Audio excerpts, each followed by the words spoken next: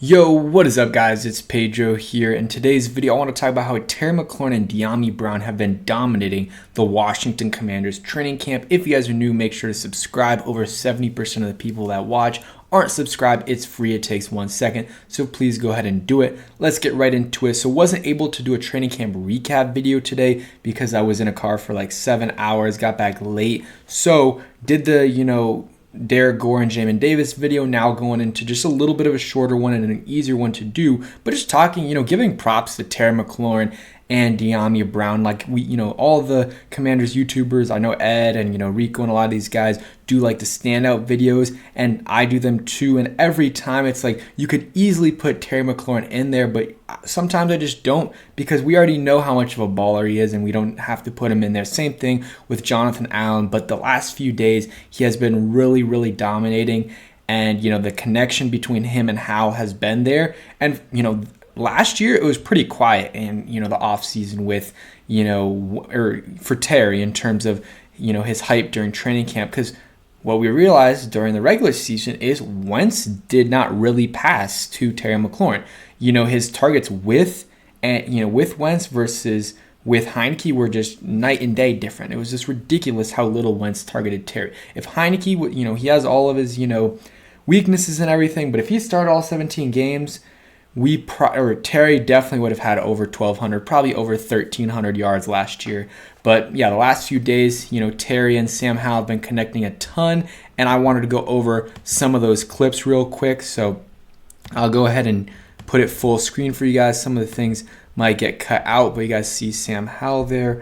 I'm going to go ahead and mute it because of copyright issues. I believe this was today. Just a nice dot to Terry. I believe this was a touchdown, a 6-yard touchdown pass from Howell to McLaurin. I'll show it one more time, just right there. And yeah, Terry, he does catch the ball awkwardly. People talk about that all the time, but it doesn't matter because he makes the toughest catches possible. But see that nice play right there from the two, very similar to the touchdown that Terry had against the Dallas Cowboys, which was Sam Howell's first passing attempt in the NFL. I mean, I can't see the beginning of the route, but it just looks like a common crossing route. And that's what we got. That's where we got the touchdown with Terry. And I hope we have a lot more of like yak opportunities with Terry, because a lot of the times it was just Terry making a play, whether it was mossing someone or breaking some tackles or juking some guys out, versus, okay, let's give him a slant route and let him run 50 yards. Because it seemed like when we did that, it worked with him and Dotson. But Scott Turner just did not use Terry to his strengths a lot of the time here. Okay, that's Jacoby Brissett to Dyami. We'll talk about that in a little bit. But today, let's see, we're going to go over this tweet right here. But that was basically the same play we just talked about, or we just saw, but it was Sam Howell throwing a 6-yard strike to Terry McLaurin, where I think that's the one where only 17 could grab near the sideline. But I guess since he's saying the sideline, it doesn't look like that was near the sideline. Maybe it was a different one. And hey, I guess 2 different touchdowns. But good to see the connection is good between those two. And here's just, I guess, a clip from them warming up. While we talk, we can play that. But yeah, it seems like Terry and Hal have had a good connection. Some of this might be cut off, by the way. But yeah, they've had a good connection. They had a decent connection in the Cowboys game where Terry had that, or Sam Howell had the deep shot to Terry and he made the catch. And there was a couple other opportunities there. And one time, Sam Howell actually had a beautiful throw to Terry where he led him. And it wasn't a super tough one, but it was just a nice throw that, Terry wasn't getting those opportunities early on in the year.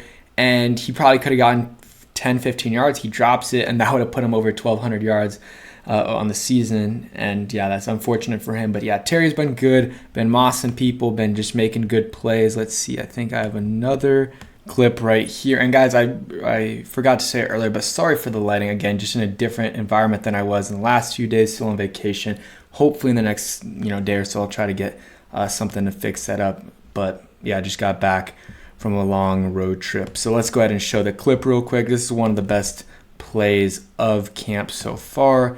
And Howell's just able to throw a nice pass to Terry McLaurin, floats it up there, and gets it in the back of the end zone. And I think that was near the end zone, or it was definitely on the sideline. It was a nice play. Terry's able to catch it, stay in bounds, hey, and he made the play and, kind of avoids the cameraman there too. And yeah, Sam Howell, well, I think one of his strengths is his arm strength and his, ability to throw a good deep ball. So that, shows his abilities right there. And yeah, again, just wanted to shout out Terry for his performance here. He's probably the most consistent player on this team. So just wanted to give him his props, and he has been dominating. And honestly, I haven't heard a ton from Jahan. Obviously, he's been making plays, and I haven't been there. But I've been hearing more from Terry and especially Dyami Brown earlier on in training camp than I have about Jahan. But there have been some Jahan clips. But let's talk about Dyami Brown. So Dyami Brown, especially early on, was making a ton of plays. He, kind of mossed Torrey Castro Fields, and is, every day it seems like he makes one or two solid plays, big plays, touchdowns. And the last couple of days, maybe a little bit less, but the first few days for sure, he was the star or one of the stars of training camp. So let's go ahead. I'll show you guys this clip of him just demolishing Torrey Castro Fields.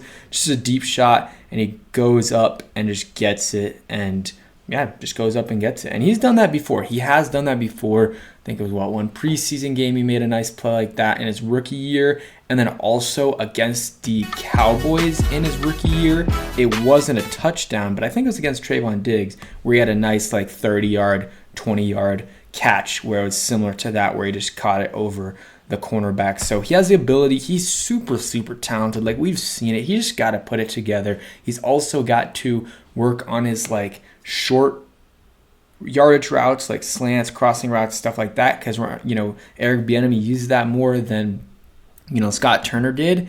And also, he can run. He's not slow, so he has the ability to get yards after the catch.